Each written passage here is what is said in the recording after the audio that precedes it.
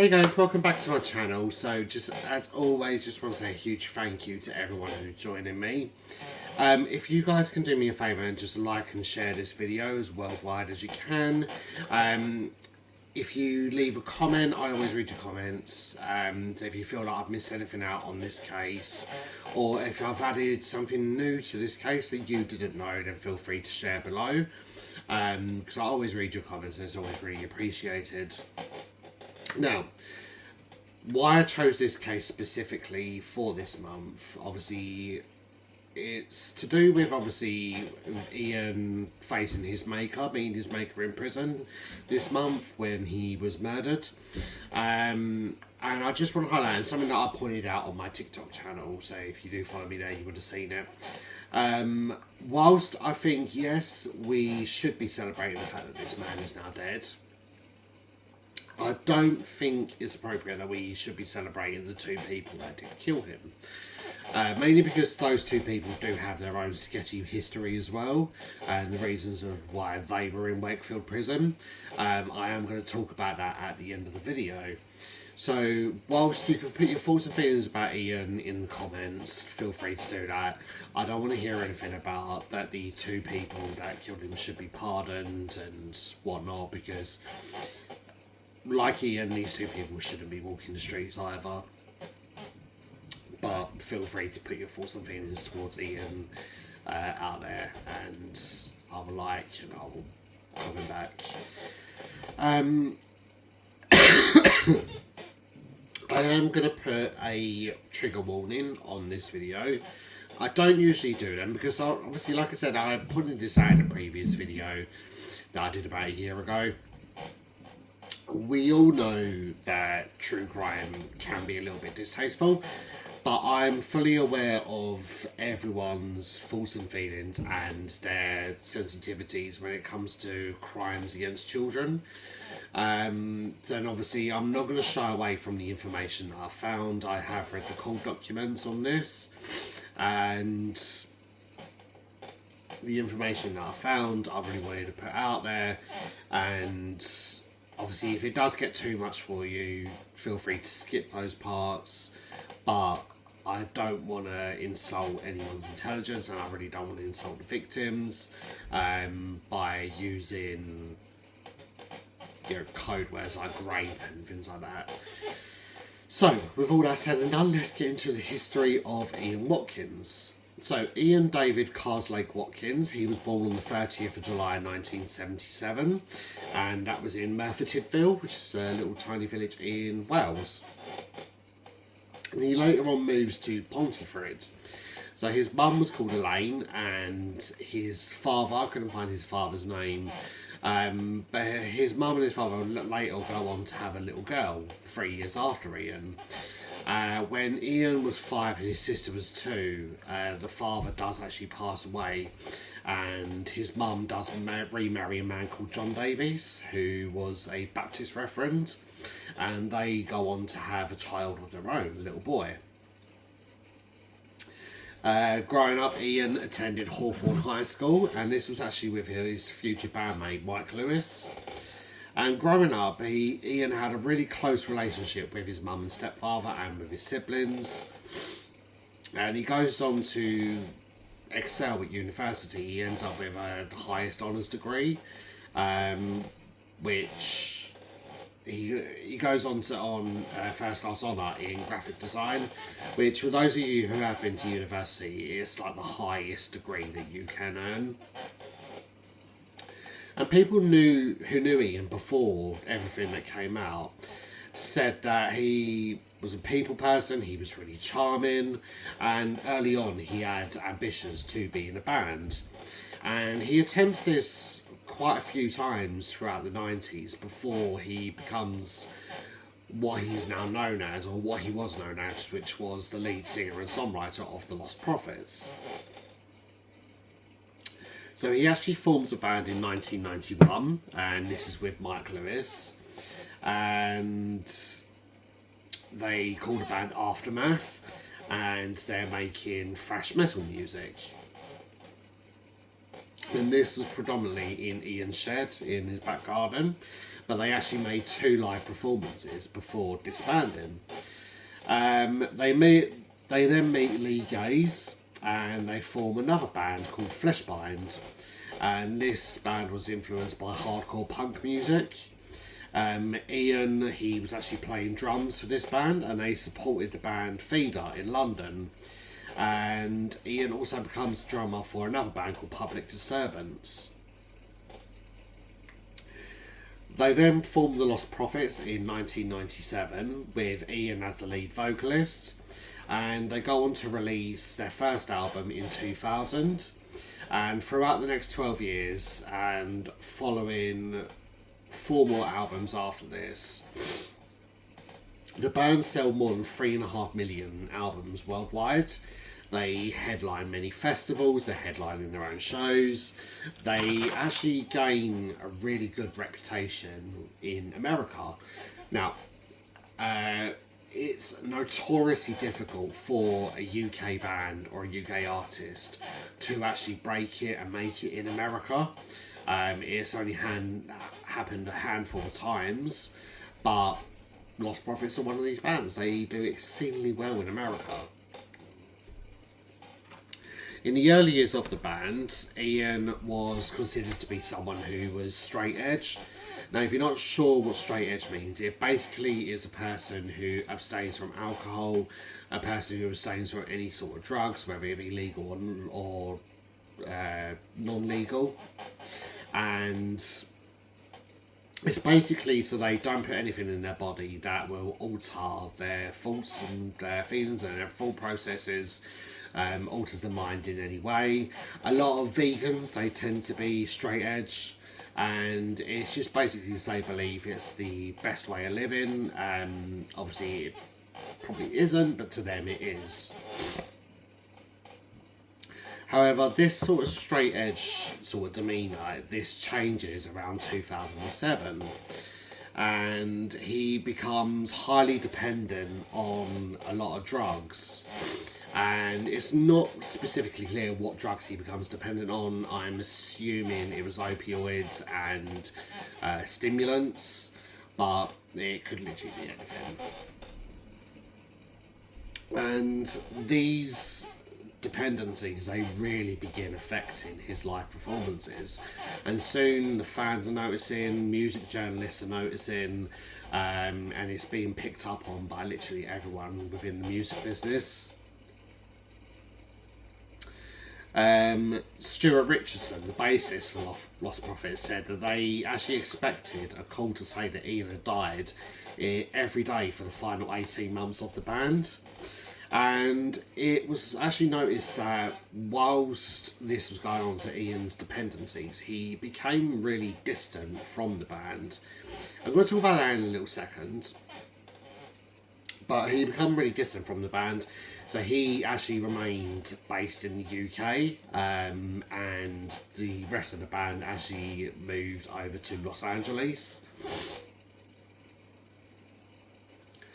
Whilst touring, Ian would take his own vehicles, he had his own dressing room, and a lot of the band, obviously, whilst they picked up on his strange behaviour, they didn't really question it, they just assumed that it was down to his drug intake.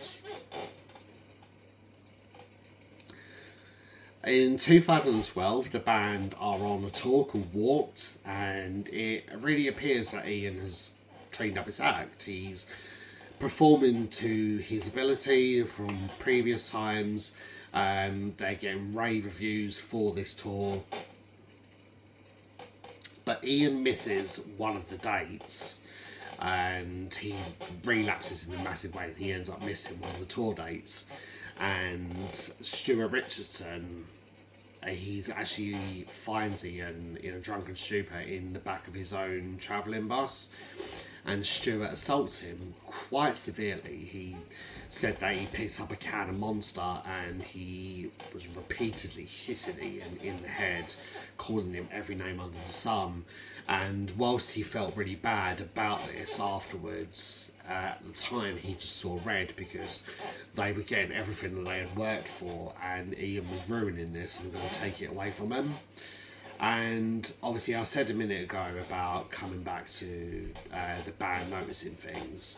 A lot of people have said that, well, how did the band not notice what Ian was actually doing when it comes to his crimes? I don't think they did, personally. I believe when they say they didn't have any idea what was going on. Because if Stuart was to react that way for Ian missing a tour date, bear in mind, like, these guys have probably had their own children. They have nieces, nephews, probably. Couple of them, I'm not sure how old the band actually are, but a couple of them probably had their grandchildren at that point. I don't know. But they definitely might have had their own children at least. And if Stuart was to assault Ian over missing a tour date, can you actually imagine if they did find out whilst on tour what Ian was up to in regards of his crimes? I don't think it would have ended well, personally. That's just my opinion. You're welcome to your own opinion. You can put that in your thoughts and feelings in the comments below and I will definitely read them. But that's just my thoughts and feelings on that matter. The perception of Ian at this particular time was that he was really arrogant, he had a superiority complex, and in 2010 it's reported to the police that Ian is actually selling drugs to minors. Now, again, I know that obviously some people are going to say, oh, well, you can't really just say selling drugs. But this was all that was reported. It didn't say what drugs were in there. It could have been opioids. It could have been stimulant. It could literally be meow meow. It could have been anything. I don't know what he was actually selling. All I know is that he was selling some sort of substance to minors. In September 2012, Ian's house is then raided by investigators. They seize all his electrical equipment and he was found to be in possession of at least 90 images and these were all indecent pictures of children. Half of these were at the most extreme, so category A and B. So some reports say category A and B. Some of these will say level 4, level 5. Both of those are on the same level, by the way. So the most extreme of the extreme. So in the UK, again, I don't know how it works worldwide. In the UK, we have a grading system when it comes to child sexual abuse material, and you'll notice this in reports in the newspapers. They'll say like category A, B, C, blah, blah, blah. So it will start, the lowest will start with obviously a child being photoed in underwear, and right up to the child being forcibly raped by an adult, whether that be orally, anally or vaginally. And level 5 would be involving the child being forced to take drugs or even the involvement of animals.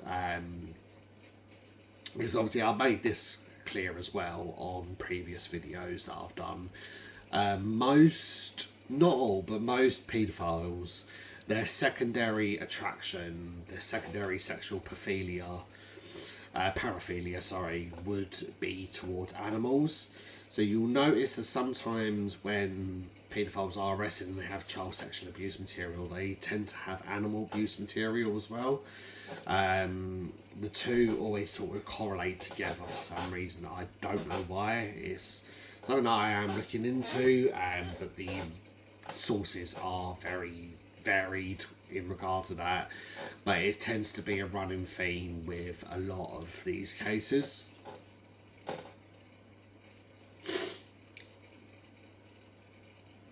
The age ranges of the children in these pictures were estimated to be between 2 to 14 years old. Now, in the court case, These images were counted as count 31 and also found, like I said, were also videos and of bestiality material. So these involved oral and vaginal sex with dogs. This counted as count 32. Count 18 dates back to March of 2007. Ian meets a 16-year-old fan in America called TT. Now, obviously, in the UK, our legal age of consent is 16. In America, I believe it varies state by state, but the normal age usually is around 18 years old. So in the UK, even though she probably still would have her identity protected, this is the reason that she's referred to as TT, because this part of the story actually happened in America. So TT, she has attended a Lost Profits gig, and she actually meets Ian backstage. Now, like I said, she was 16 at the time, and she tells the course that she had been a virgin at the time. And Ian had actually got her to dress in a school uniform. He videos them having oral, vaginal and anal sex. Now, you just got to put yourself in the mind of... think back to when you lost your own virginity. And the whole thought process of doing something like this is really, really daunting. Let alone throwing in the aspect of something like oral sex and anal sex. On top of that, you will feel really freaked out by that because it's so far out of your comfort zone.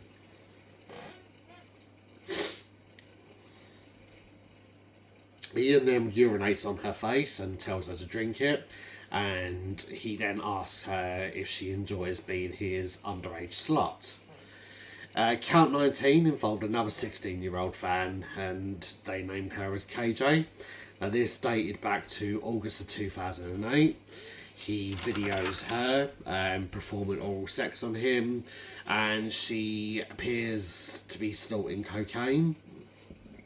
Also found was the evidence of two mothers who had taken their babies to meet Ian on a number of occasions.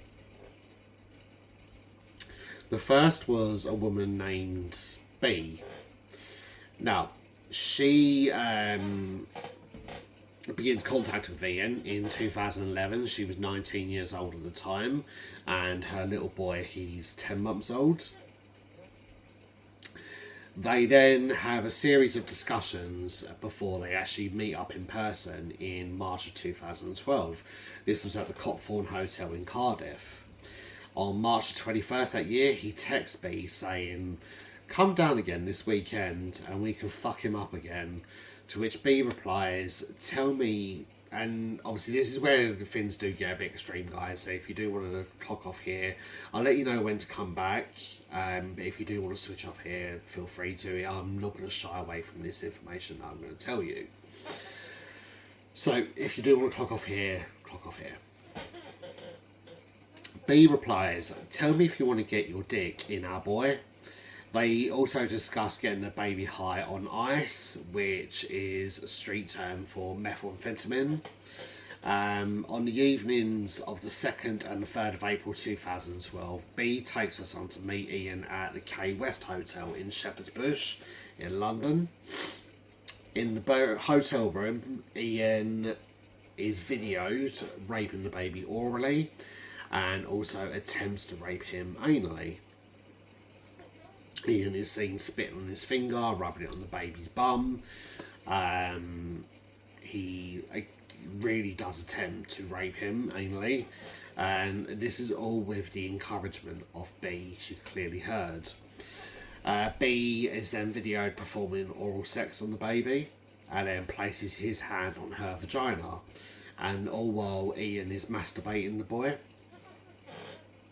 On the 24th of May, another message from B to Ian reads, "The boy is ready to be abused." So obviously acknowledging what they are actually doing to him. The 2nd of August, Ian says, "To be honest, I think we have gone really easy on him so far." It's time to teach him and make him learn to love it. On the 9th, B then sends Ian an image of her performing oral sex on the baby. In August of 2012, Ian then begins communicating with a 23-year-old woman named as P. Now, P, she has a young daughter that's not much older than B's baby, and soon, really quickly, discussions turn sexual.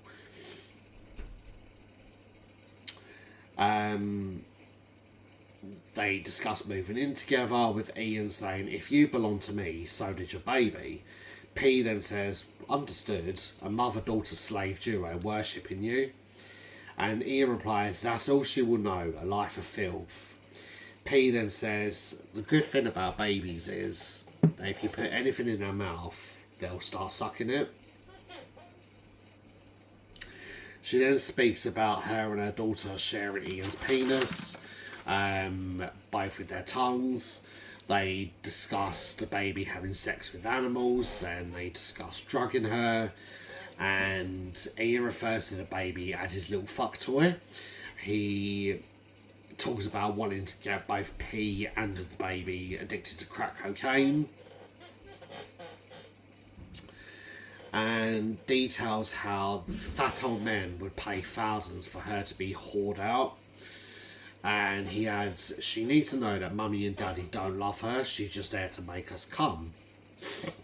They then discuss torturing her, and they're very graphic with the descriptions of the torture. P then sends images of her baby girl's genitals to Ian, and Ian encourages to digitally penetrate the baby. P does this with enjoyment. She sends these over to Ian. And Ian replies, "I can't wait to stretch her out." On the 12th of September 2012, P and Ian are on a recorded Skype call. Ian tells P to, again, digitally penetrate the little girl and spit on her finger. P does this, and there's a clear sign of enjoyment on P's face. All the whilst this is happening, Ian is clearly seen masturbating on video.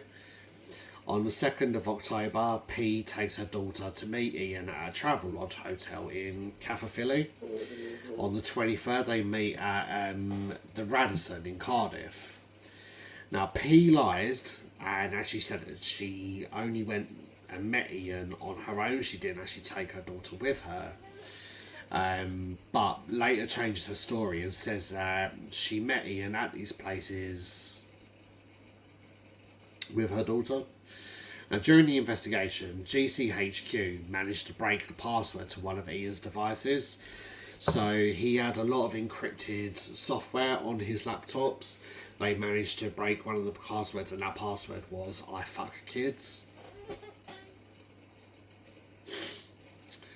In mitigation, it was put forward that B had been manipulated by Ian because, she was a young woman, she was vulnerable, and I don't think they should be put in mitigation. It's the same as when they try and play the mental health card in crimes, because whilst many criminals do have mental health issues, their mental health issues do not make them a criminal. And it's the same as being vulnerable. Even though you are vulnerable, you may be seen as vulnerable, that vulnerability doesn't make you a paedophile, in my opinion.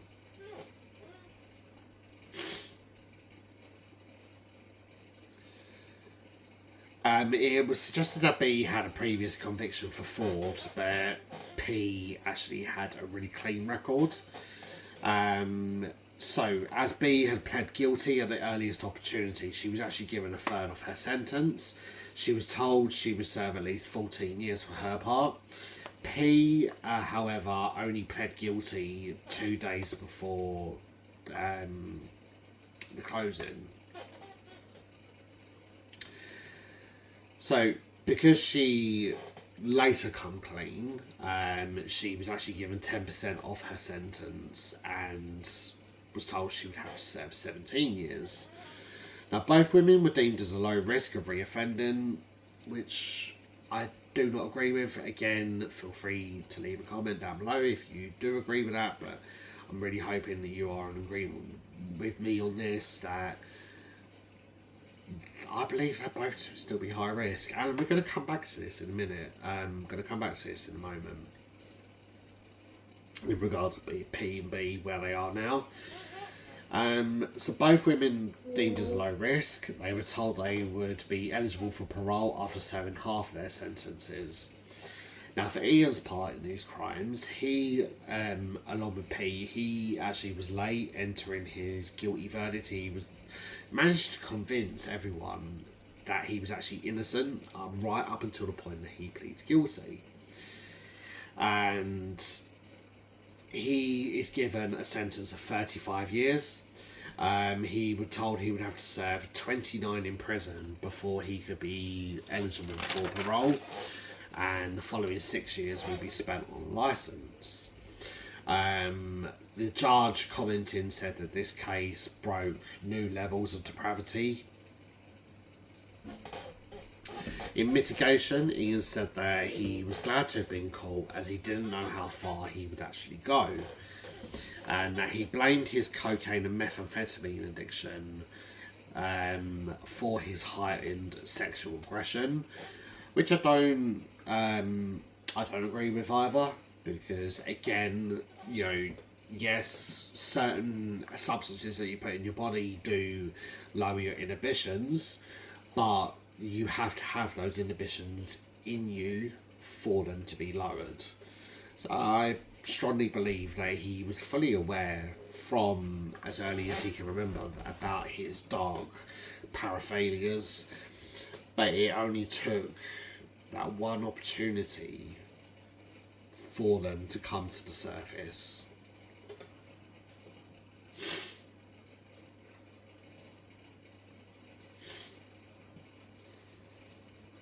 Yeah, it was noticed that B and P appeared to actually be really sorry for their part, but like I said, Ian showed real lack of remorse, and like I said, he managed to convince a lot of people that he was actually innocent of these crimes.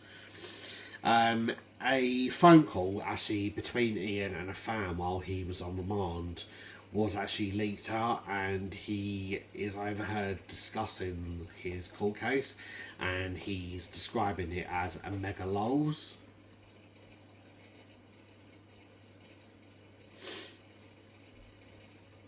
Another mitigation was that Ian previously had a real clean record. He had never been arrested for anything in his life, and he had actually lost his place in the band now, because obviously they don't want to be associated with a paedophile. And letters had actually been written to the court to back up these claims of Ian's previous good behaviour.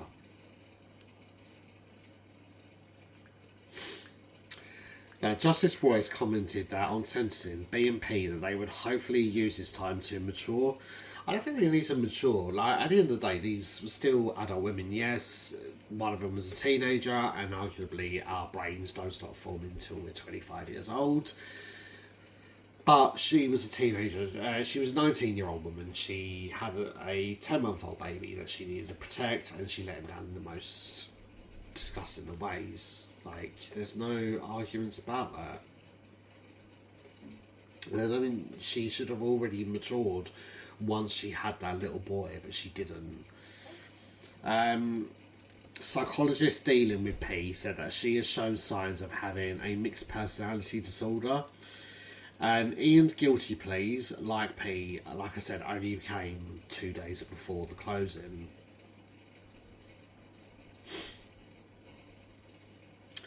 It was then brought to the attention of the court that it was actually noted that young female fans who would hang around at the Lost Prophets gigs, they were overheard discussing about seeing Ian backstage, but they felt that he wouldn't actually be interested in them because they weren't young enough. It was noticed that whilst on tour, Ian would travel alone with the rest of the band, like I said, and this was between 2012 2013. and sorry, 2011, 2012, sorry, because 2013 he would have been on remand.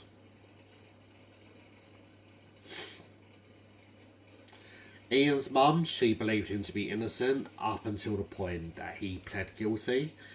The remaining members of the Lost Prophets, they completely ended the group. They have nothing to do with the music anymore, and they went on to form another band called No Devotion in 2014. Lee Gaze, the guitarist of the band, said that the main reason they didn't believe it sooner, or even become suspicious, it was mainly down to that old sort of stereotypical belief of what a paedophile actually looks like.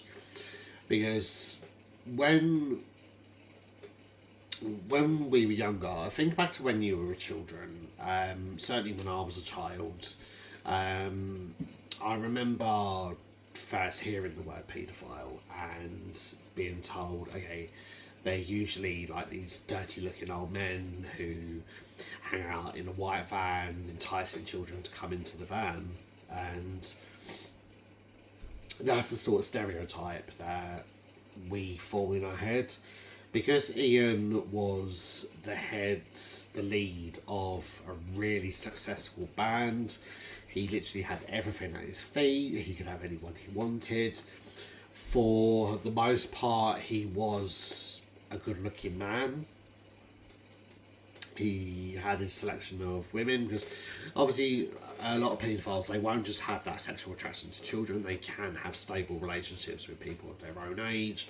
They're just fully aware that they have this sexual attraction to minors. So because they had this stereotype of what a paedophile is one of the reasons they didn't suspect Ian any sooner.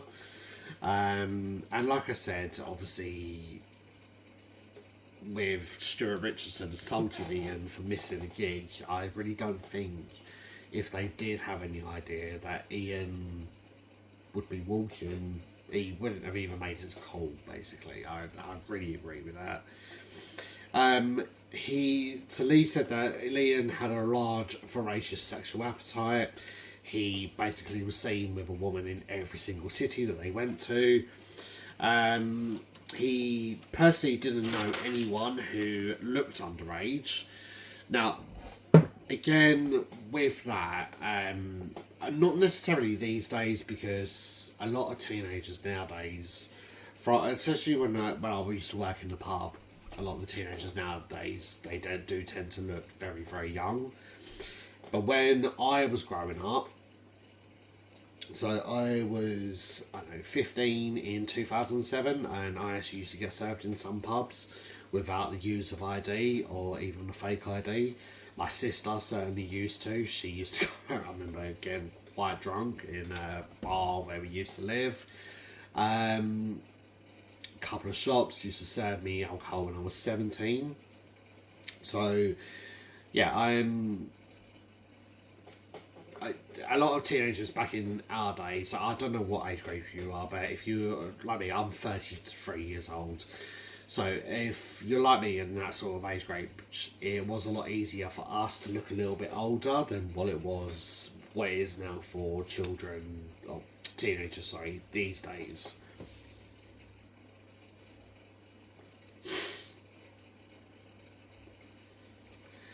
So it was later discovered further down the line there had been chances to catch Ian a lot sooner than what he was. So there was an ex-girlfriend of Ian's, her name was Joanne. I do not know how to pronounce her surname, so I'm not going to even bother attempting to butcher it. But I will say her first name is Joanne. And she had been in a relationship on and off for about 6 years, and she was head over heels in love with this man. She was absolutely besotted with him. And she said that on several occasions, Ian had brought up some quite alarming stuff to her during discussions about what he wanted sexually. And she later takes this information to the police and to social services, and all of this dates back to 2008. In 2011, Joanne and Ian, they actually get back in touch with one another. She actually wanted to gain more evidence on him, so she's talking to him about possibility of them getting back together. And she stated that Ian had actually given a 2-year-old girl that he was actually abusing at this time cocaine, and this is while he was on tour in America. And he had inappropriately touched this little girl, and each time that she went to the police with this information, she was rebuffed and ignored. She was told that if any action was taken towards Ian, the media outcry would be too big for them to handle it with, and the fallback from the police would be too much to deal with. So for this reason, they were really reluctant to go any further. They felt that Joanne, she had a mental health issues. And in 2012, Ian had actually sent Joanne an indecent image. She then again takes this to the police. She was told by the police that they believed this image to be of an adult, not a child. Joanne then wrote letters to both Ian's mother and also to the father of that 2-year-old girl that was a victim of Ian's. In 2013, Joanne attempts to trap Ian, and she basically manages to entice him with an indecent image that she's managed to procure, and she's actually arrested herself for the possession of this, but later cleared. In private, the police actually thanked her for her efforts in the end, but in public, they really vilified and ridiculed her. On the 5th of August 2023, so Ian was now 10 years into his sentence, and he had been relocated to HMP Wakefield. Wakefield is a notorious prison in the UK. It's called Monster Mansion. It houses some of the most dangerous men in the country. Notoriously, Roy Whiting, Ian Huntley served there, Colin Island.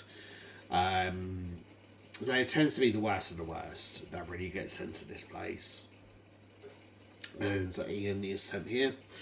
And on, like I said, the 5th of August 2023, Ian is attacked in HMP Wakefield, and he's actually taken hostage over a number of hours, and it's only until the point that a riot squad are brought in and they managed to defuse the situation. They managed to get Ian out of that cell, and it's found that he has been severely attacked. No sympathy, I'm not saying that, just highlighting what was put in the reports, and he actually had a substantial wound to his throat.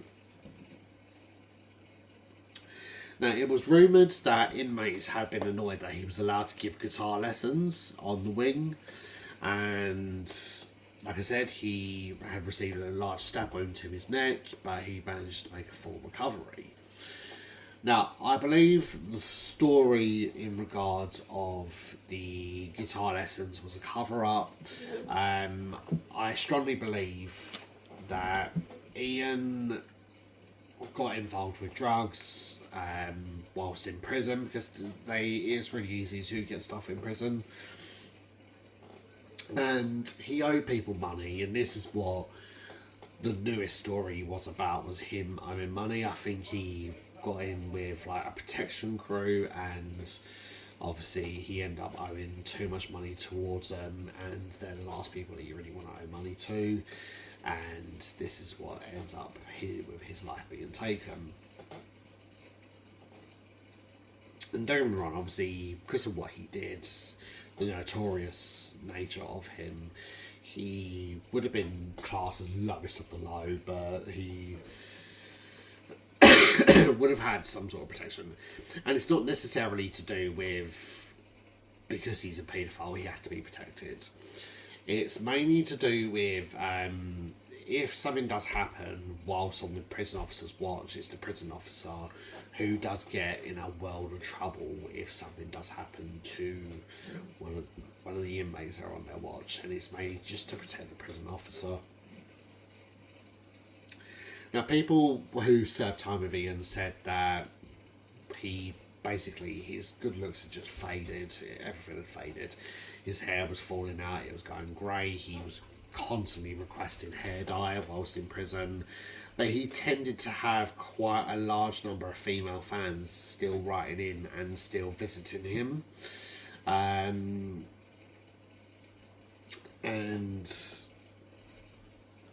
the efforts were made for him to be in relationships with these women, but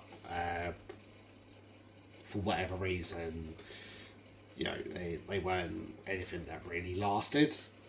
Now, on the 11th of October, so Saturday the 11th of October of this year, so 2025, police were called to HMP Wakefield after 2 inmates had held Ian hostage again, and this is quite early in the morning, around 9:30 in the morning, and one of them had actually fashioned a shank out of a toilet brush, so he spent some time sharpening this and planned to use this as a weapon. He then stabs Ian in the neck, and this severs Ian's jugular. Efforts were made to save Ian, but he later was pronounced dead at the scene. And 2 men were arrested. 2 more have been arrested since then. They haven't named the 2 new ones. And they were later actually charged. Now, it was reported that Ian actually owed them around £900. This was due to a drug debt and also for protection, and Ian had failed to give them this particular amount of money. So Samuel Dodsworth, he was 43 at the time. He was serving a 24-year sentence, and he'd been in prison since 2018. So he has still some time to go on his original sentence. He was convicted in 2018 for the kidnapping of a woman on a busy high street, and he actually held this woman over a period of days and repeatedly raped her in this flat.